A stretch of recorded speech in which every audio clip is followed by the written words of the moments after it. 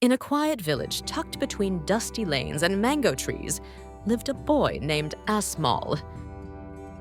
He was quick-witted, curious, always full of ideas, but his mind refused to stay in one place. Thoughts flitted through his head like sparrows at dawn. He'd open a book and, a minute later, his attention would drift to a game, a message, a sound outside the window. When he tried to study, he ended up thinking about his phone, his friends, anything but the page in front of him.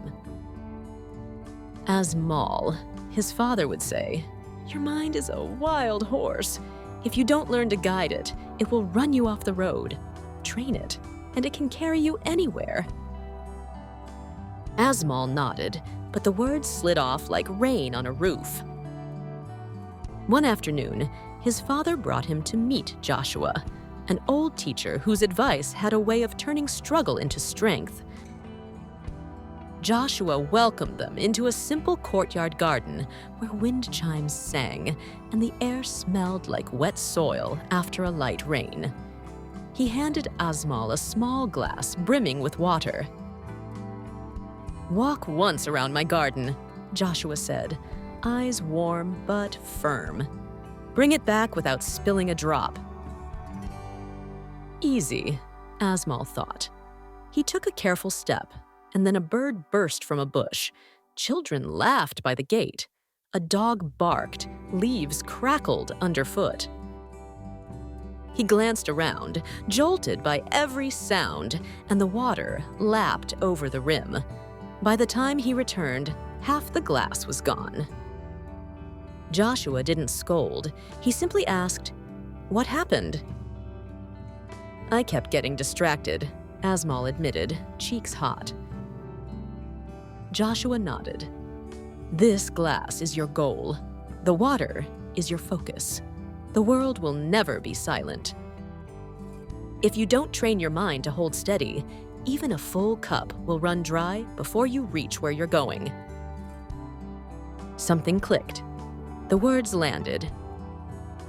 The next morning, Asmal started small. He woke at the same time every day and made his bed. His first win. He put his phone in another room during study hours and set a simple rule: finish the task before checking anything else.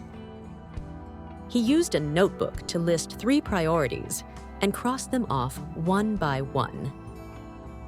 Each sunrise, he sat quietly for a few minutes, following his breath in and out, gently bringing his attention back whenever it wandered, like taking the reins of that wild horse.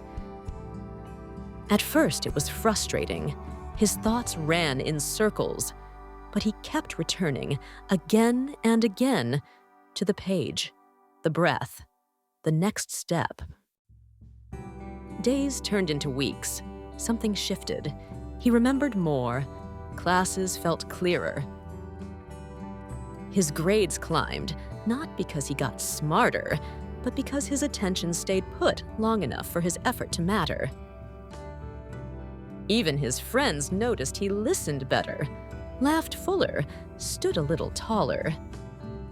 A year later, news spread of a national competition, complex problems, tight time limits, pressure thick enough to taste. Asmal signed up.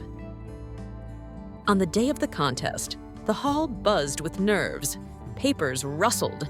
A timer glared from the front wall. Some students rushed and stumbled, others froze. Asmal closed his eyes for one breath and pictured Joshua's garden. He imagined the glass in his hands, the surface of the water still and bright. Then he opened the test and worked one question at a time. The clock kept ticking, but it couldn't touch him. He stayed with the problem in front of him, moved on, returned, adjusted, steady, steady, steady. When results were announced, the room erupted. Asmal had won. His village celebrated, and somewhere under a swaying neem tree, Joshua smiled. The lesson was simple but sharp. A disciplined mind can outrun talent, luck, and even raw intelligence. From then on, people knew Asmal as the boy who learned to ride his own thoughts. And here's the truth he wants you to remember. If today sparked even a small flame inside you, don't let the wind of distraction blow it out. T. Ache one step, pick one task, hold your glass, keep the water. If this story moved you, tap the like button and subscribe to the channel for more journeys of strength and wisdom. Your next chapter begins the moment you decide to train your mind. Start today.